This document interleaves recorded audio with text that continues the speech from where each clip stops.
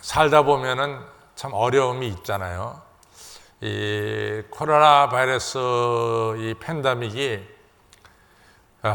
이제 만 2년을 넘어섰죠. 2019년 12월부터 이게 시작된 것이 20년, 21년 이제 2년을 했는데 지난 1년 동안도 사실은 우리가 비대면 예배를 드린 때도 있었고 또 그 가운데서도 어떻게 성전 예배를 드려보려고 몸부림쳤던 그런 시간들이 있었습니다. 참 어려운 시기였는데 되돌아보면은 어려운 시기에 더 열심히 하나님께 기도하지 않았나 이런 생각이 듭니다. 우리가 채를 치면은 알곡이 안으로 모이고 쭉쟁이는 바깥으로 빠지는 법입니다. 이같이 어려울 때 그전보다 더 열심히 우리가 간절하게 하나님 이 코로나 바이러스가 빠른 시일 내에 퇴치되고 종식되도록 역사해 달라고 그 어느 때보다도 간절하게 기도했다 이렇게 생각이 듭니다. 그런 걸 보면은 이 환난과 시련이 사실은 우리의 믿음에 도움이 된다는 사실도 우리가 부인할 수가 없습니다. 그래서 야고보서 1장 2절에 보면은 형제들아 너희가 시험을 만나거든 기쁘게 여겨라. 시험은 너희들에게 이 신앙의 시련은 인내를 가져오고 너희들의 온전한 인내를 통해서 흠이 없는 온전한 믿음으로 나아가게 된다. 이런 말씀을 주셨어요. 그래서 시련을 당할 때는 참 어렵고 힘들지만은 시련을 겪고 나서 뒤를 돌아다 보면은 그 시련이 절대로 헛것이 아니었고 우리 믿음에 큰 증진을 가져왔다라는 것을 갖다가 고백하게 된다 그 말이죠. 예를 들자면 욥을 보자면 욥이 그게 얼마나 시련이 컸어요. 욥에게 있어서 이 아들 7, 딸 3, 눈에 넣어도 아프지 않은 아들, 딸이 졸지에 다 죽고 말잖아요. 또 욥의 그 많은 재산들이 하루아침에 다 없어지잖아요. 또 욥의 온몸에 욕창이 나서 기아장으로 자기 몸을 긁을 정도로 간지러웠잖아요. 이렇게 어려운 시간을 욥이 지냈습니다. 욥의 친구들이 와서 이런 모양 저런 모양으로 욥에게 여러 말로 그 마음의 상처를 줬습니다. 욥이 하나님께 늘 기도했어요. 하나님, 이 어려움이 왜 왔습니까? 하면서 하나님께 기도가 욥기 2장부터 시작됩니다. 그리고 37장에 가서 욥이 하나님께로부터 응답을 듣습니다. 그리고 욥기 42장 5절에 보면은 욥기가 42장의 끝장인데 그 5절에 보면 하나님, 내가 과거에는 하나님에 대해서 귀로만 듣고 알았었더니 이제는 내가 하나님을 눈으로 배웁나이다. 분명하게 시련을 통해서 하나님을 확실하게 알게 되었다는 중요한 고백을 하고 있습니다. 그러나서 욥기 42장 10절에 가서 보면은 하나님께서 욥에게 복을 주시되 처음보다 모년보다 배나 더한 축복을 내려주셨다. 이런 말씀이 나옵니다. 그 전체를 두고 보면은 욥에게 임한 시련이 굉장히 고통스러운 시련의 시간이었지만은 결과적으로 보면은 첫째는 욥이 하나님을 더욱더 분명히 아는 시간이었고 두 번째로는 오히려 시련을 통해서 하나님께서 욥에게 배나 더한 축복을 내려주셨다는 사실이죠. 그래서 이 시련이라고 하는 것은 참 그 시간엔 시련 받는 시간은 어려울지 몰라도 지나고 나면은 그것이 여러분과 저에게 신앙에 있어서 큰 유익이 되었다라는 사실이죠. 여러분들 우리가 이스라엘 역사를 보게 되면은 이스라엘 역사의 주전 598년이 이스라엘이 사실은 바벨론한테 망한 해입니다. 그래서 그때 598년에 망해가지고 그 당시 왕인 여호야긴 왕이라는 왕이 바벨론의 포로로 끌려갑니다. 또 여러분과 제가 잘 아는 이 에스겔이라고 하는 선지자도 여호야긴 왕과 함께 바벨론 포로로 끌려가게 됩니다. 그때 많은 귀족들과 그 다음에 많은 왕족들과 엘리트들이 바벨론 포로로 끌려가는 거예요. 그 다음에 한 11년 뒤에 587년에 2차로 예루살렘 성전이 무너지면서 또 바벨론 포로로 끌려갑니다.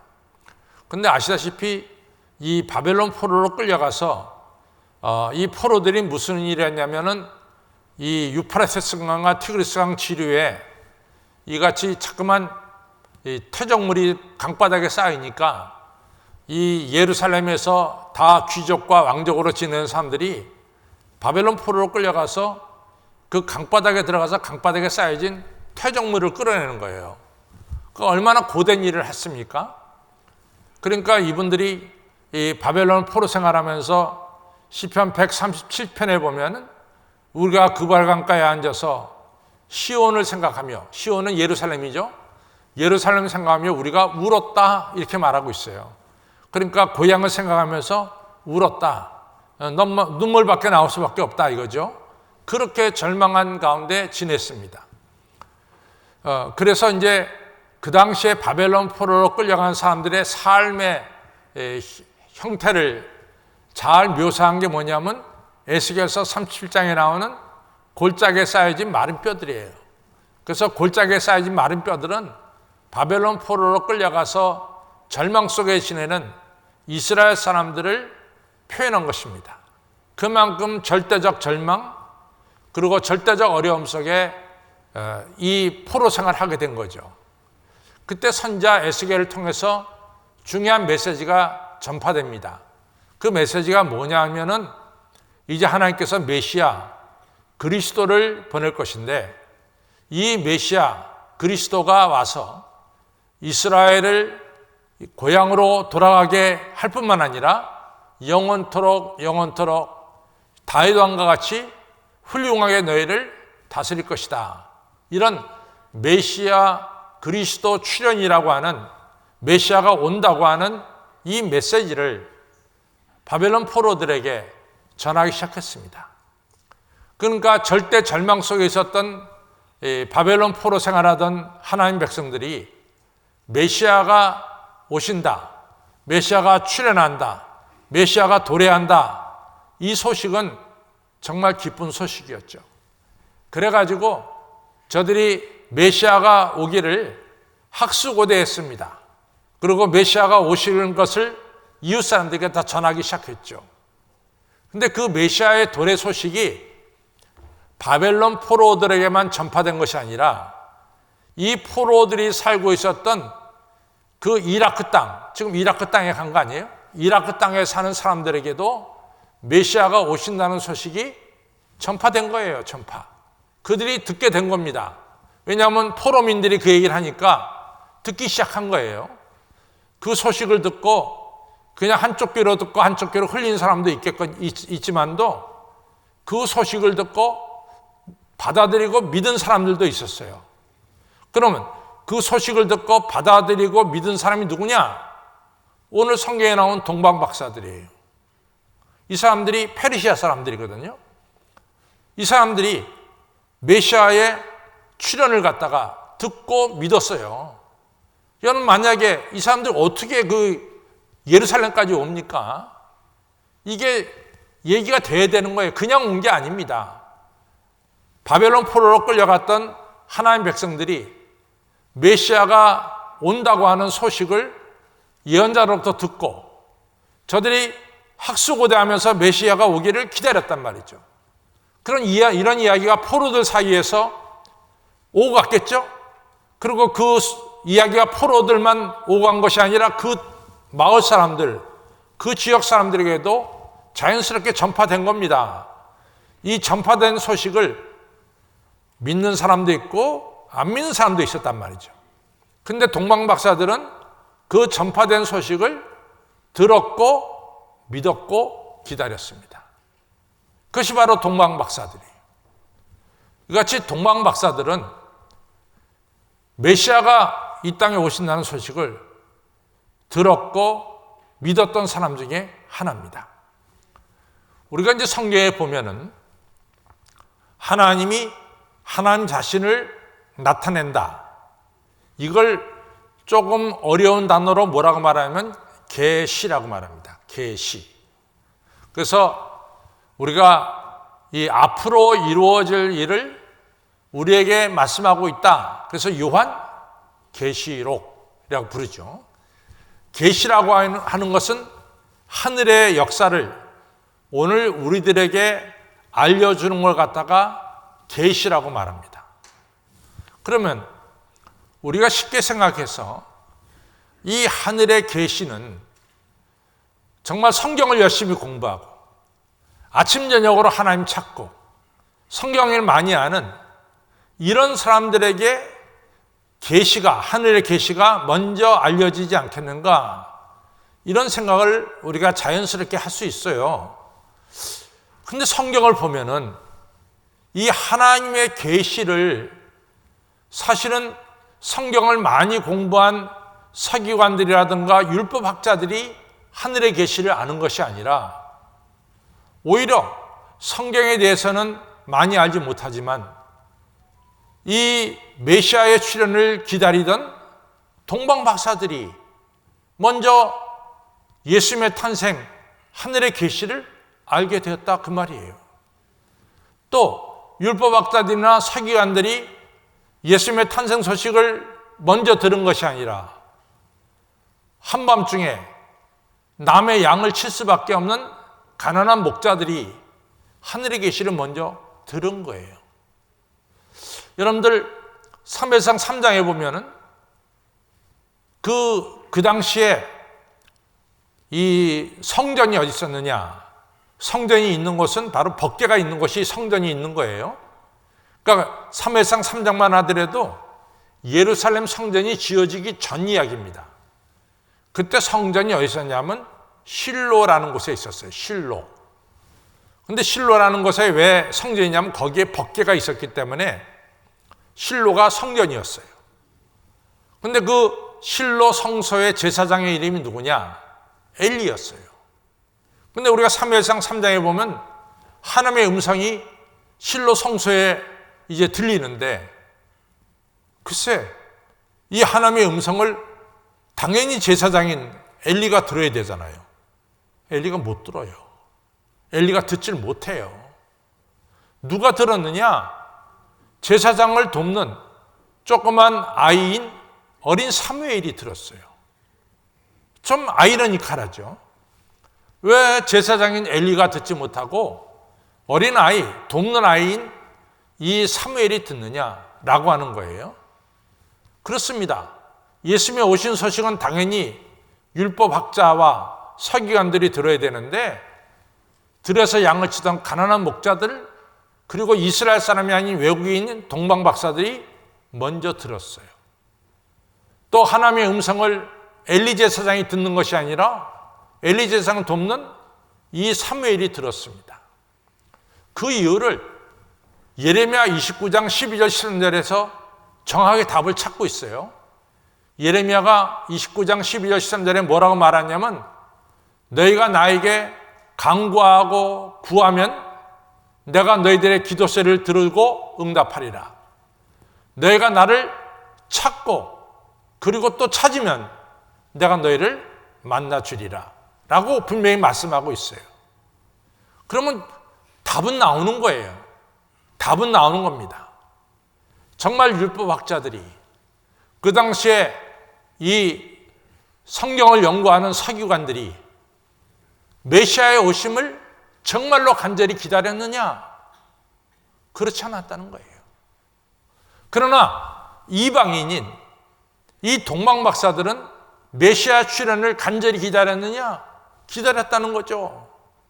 그러니까 저들이 하늘의 별을 보면서 메시아의 출현을 금세 알 수가 있었던 것이죠. 여러분들, 참 중요한 게 뭐냐?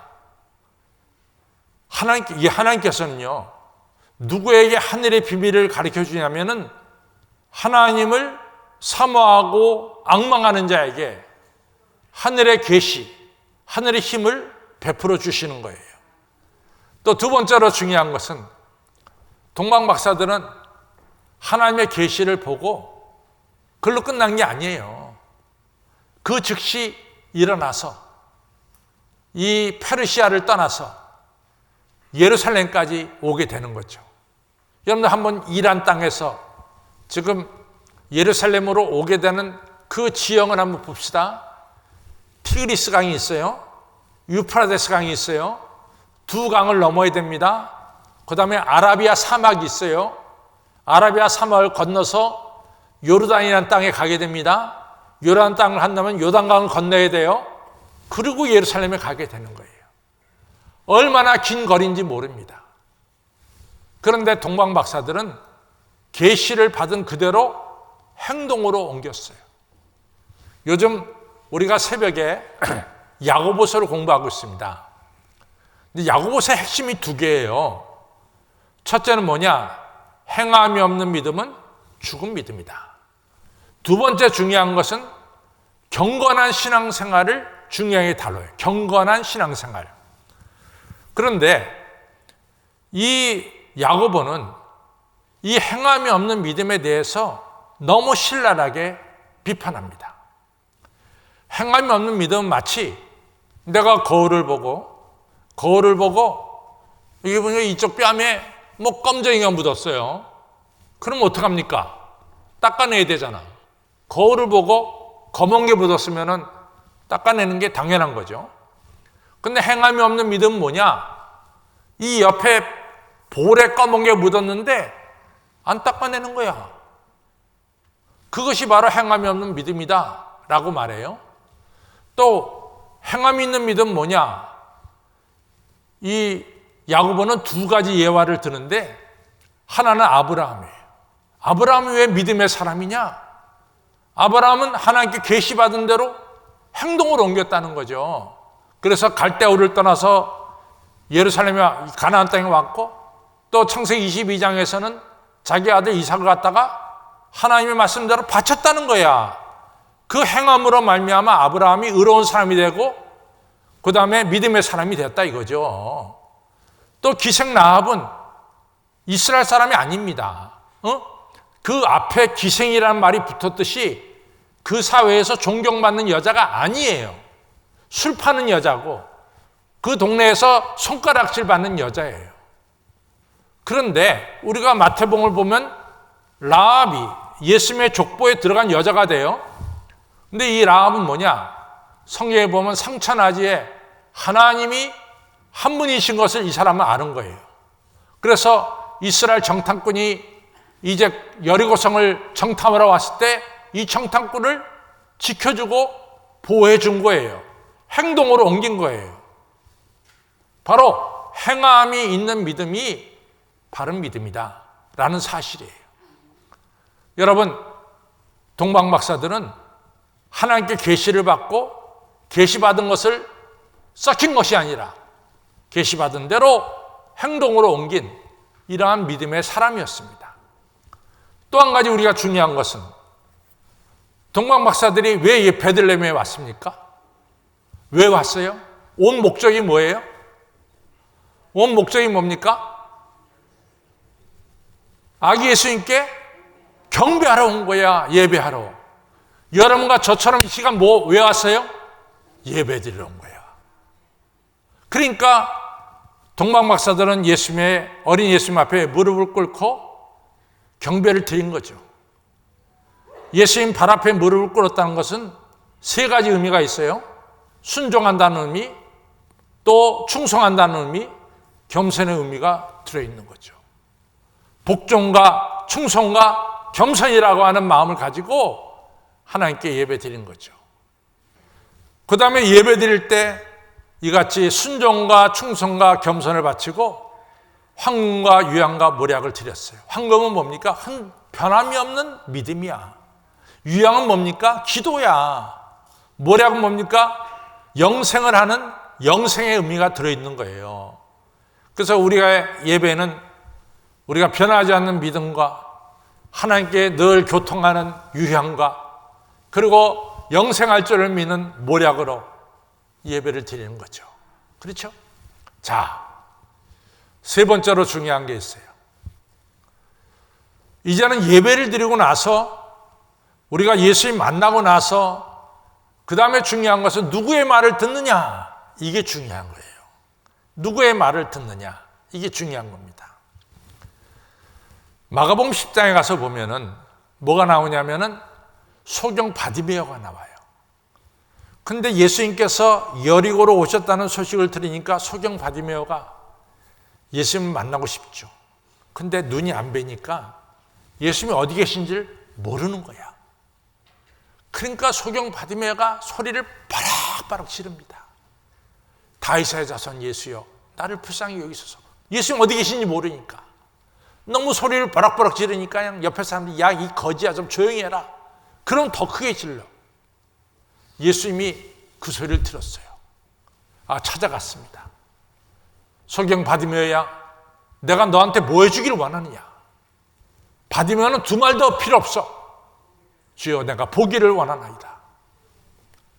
그 즉시로 예수님께서 소경 바디메어의 눈을 뜨게 했어요. 그 다음이 중요해. 그 다음에 소경 바디메어는 눈을 뜨자마자 그 즉시로 예수님을 따랐어요. 이게 중요한 거예요. 그 즉시로 예수님을 따른 거죠. 여러분, 우리가 예배를 드리고 나서 중요한 게 뭐냐? 우리가 그 즉시로 예수님을 따르는 거야. 나다나엘이란, 요한복음 1장에 보면 나다나엘이라는 사람은 친구 빌립이 와서 나사렛에서 메시아가 나왔다. 그러니까 나다나엘이 우습게 여기면 무슨 나사렛 같은 데서 귀한 것이 나오냐? 깔봤어요. 근데 정말 예수님이 찾아온 거야. 나다나엘. 나다나엘한테 뭐라고 말하냐? 네가 저 무화과 나무 밑에 있을 때 내가 너를 보았다. 너 참 정직한 사람이다. 그게 나다나엘 깜짝 놀래. 어떻게 저를 아십니까? 나다나엘 그 즉시로 예수님을 메시아로 이제 믿게 됩니다. 그 다음에 어떻게 됩니까? 나다나엘이 예수님을 따르는 제자가 되잖아요. 즉시로 따르잖아요. 오늘 동방박사들이 예루살렘에 와서 별을 잃어버렸어요. 그러니까 헤롯궁에 들어가서 물어보니까 베들레헴에서 메시아가 태어난다는 거예요. 그랬더니 헤롯이 동방박사들에 말하기를 나도 예수님에게 가서 경배하고 싶으니까 당신 예수님에게 경배하고 나서 다시 예루살렘으로 와서 예수님 계신 것을 알려달라, 이런 얘기를 하게 됩니다. 그래서 이제 동방박사들은 예수님을 경배하고 나서 이제 헤롯에게 가려고 그랬어요. 근데 오늘 성경에 뭐라고 말합니까? 꿈에 하나님께서 이 동방박사들에게 헤롯에게로 가지 말고 어느 길로? 다른 길로 가라. 오늘 설교 제목대로 어느 길로? 다른 길로 가라 그랬어요. 다른 길로. 여러분, 저는 출애굽기 1장에서 참 은혜 받습니다. 애굽왕 바로가 정말 그 당시에 이 산파인 시브라 부하는 정말 낮은 계급 사람이었죠. 시브라 부하에게 하늘 같은 명령을 내립니다. 히브리 여자가 남자 아기를 낳으면 무조건 죽여라. 근데 출애굽기 1장에 보면은